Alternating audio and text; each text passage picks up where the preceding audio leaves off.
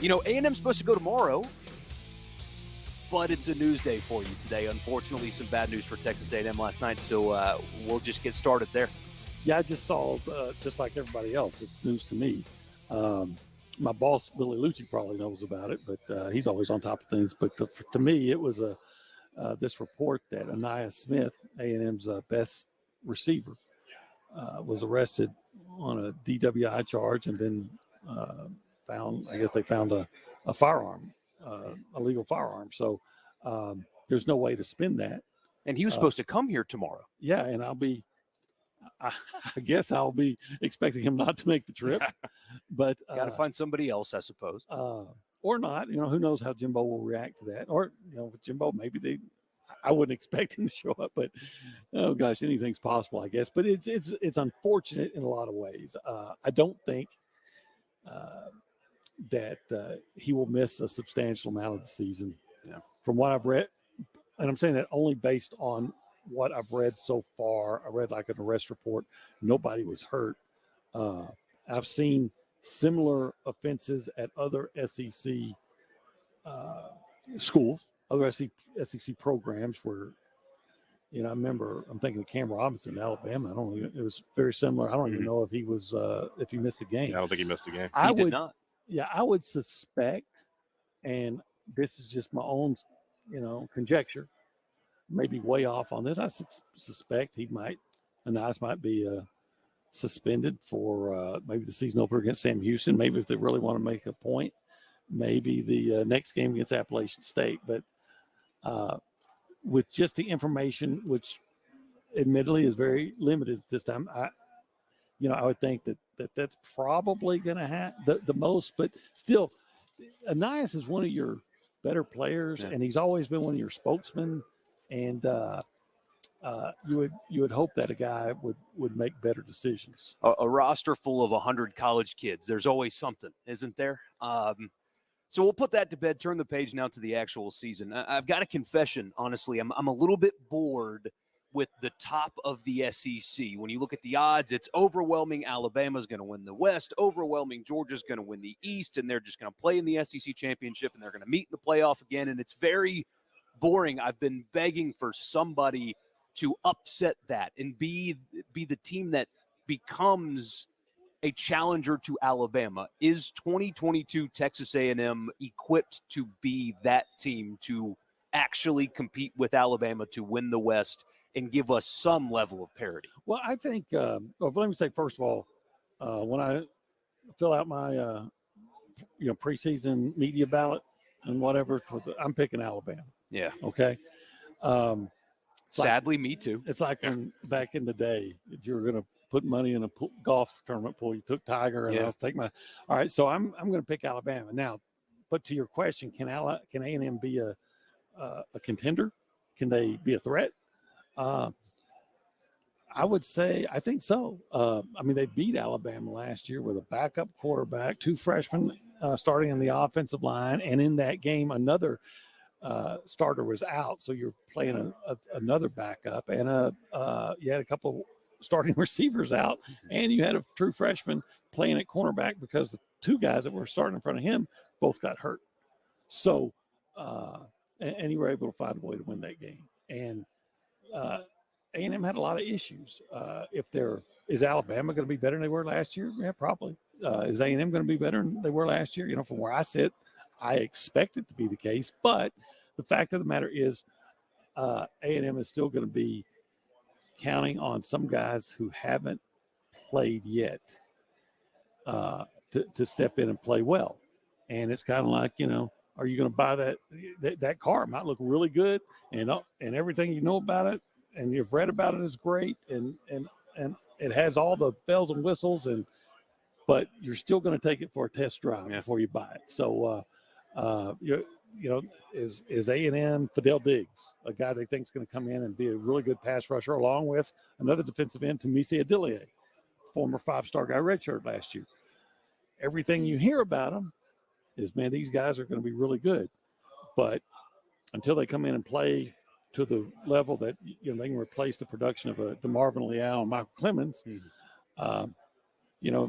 anybody can talk, but you got to do it. So I think so, but you're still gonna. I think they can be a team that can be a threat, but you still got to count on some things you haven't seen yet. To sort of stick with the car analogy, Haynes King barely got out of the driveway last year before his season was over. And, just don't feel like I know a whole ton about him. Is he going to be the guy? Is there a chance that somebody else could beat him out? Or what is the A&M quarterback situation like? I think it's going to be a competition that's going to extend into the last 2 weeks of August. I think Haynes may have an edge. He's very athletic, very fast, throws the ball well. Maybe not great yet, but he throws it well.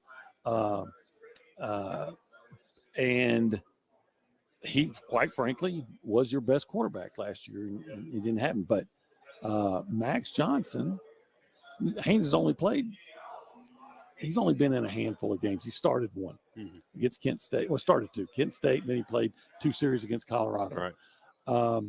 Max Johnson started an entire season in the Southeastern Conference last year, and actually played pretty well, especially when you consider the ridiculous circumstances surrounding him. Yeah. Right? He didn't have much of an offensive line. The running game wasn't that good. They lost their best receiver early, and they had some turmoil at receiver.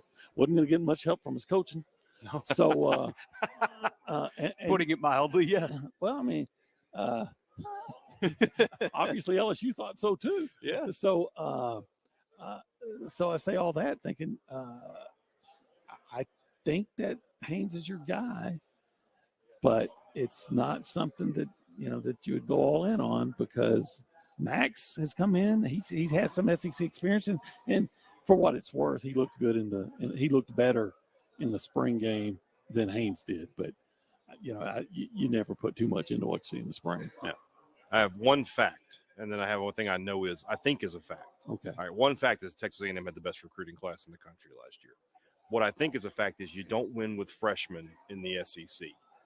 So how many freshmen are Texas A&M really relying on in this upcoming season? Well, I think the one that they really need to be as good as advertised is Evan Stewart. Mm-hmm. You guys follow Ole Miss, I'm sure. Ole Miss was playing like 9-10 guys in the box against A&M and saying, hey, if you can beat us throwing the ball, then do it. Because nobody feared A&M's deep, that they were going to beat them deep. And Evan Stewart's a guy that's looks like a deep threat. He can be that guy that can make the safeties move back 5 yards or so. And if the safeties are back 5 yards or so, and Devon Achane gets into the into the second level, he can outrun people because he has the better angles, to run away from them. And then, of course, you can run that play action and throw deep to a guy that can go get it. So that's the one guy that they think they have to have. Now, you're thinking that Walter Nolan, number 1 recruit in the country, right, that he's going to come in and make an impact. But I don't think he necessarily has to come in and be great right away, because of some of the guys I mentioned that they think are going to be good. Fidel Diggs, Tamisi Adelie, and quite frankly, I think A&M is going to be really good in the interior line. And a big reason for that is, one of your Mississippi guys that y'all are kind enough to send our way, old McKinley Jackson, he played all last year with a torn labrum. Wow. And tough kid, and he played well, but healthy again, and I wouldn't be surprised if McKinley has a really, really big year for the Aggies. Just about a minute and a half left with Olin Buchanan of TexAgs. One of the most interesting programs in college football to me right now is Miami, with what they're doing in the NIL game and the recruiting game. It's a fun road trip for you guys. Well, actually, they're coming to College Station this year. Okay, good. So I got to hang out Even around. better. That gives me a year to hang around and get in better shape. So I can Before you hit South TexAgs Beach. on South Beach is going to be a sight to Speedo see. and head down to South Beach. God, that would be heinous. but that's gonna be an interesting game. I have to admit that in the 10 years that that A&M has been in the SEC, I have become an SEC snob, and that I just assume. Good. That Welcome. means you're acclimated. Well, I just assume. I've been seeing it so many times. I assume that the SEC team is going to win that non-conference game. Yeah. In the regular season, you get into the bowl games, you get into the Sugar Bowl, nobody cares. Right. You know, does Ole Miss really care about playing Baylor? Does Tennessee lost to Purdue in Nashville. Do you really care? Did Florida care about playing Oklahoma last year when half the team decided not to play, right? But when the games still matter, I have learned sometimes in the wrong way by placing a bet that was not well thought out, that I've learned take the SEC team. So I'm going to feel pretty good about that. Oh, you guys ready for this? Because it just means more. There you go. Yeah, there it is. Olin, thank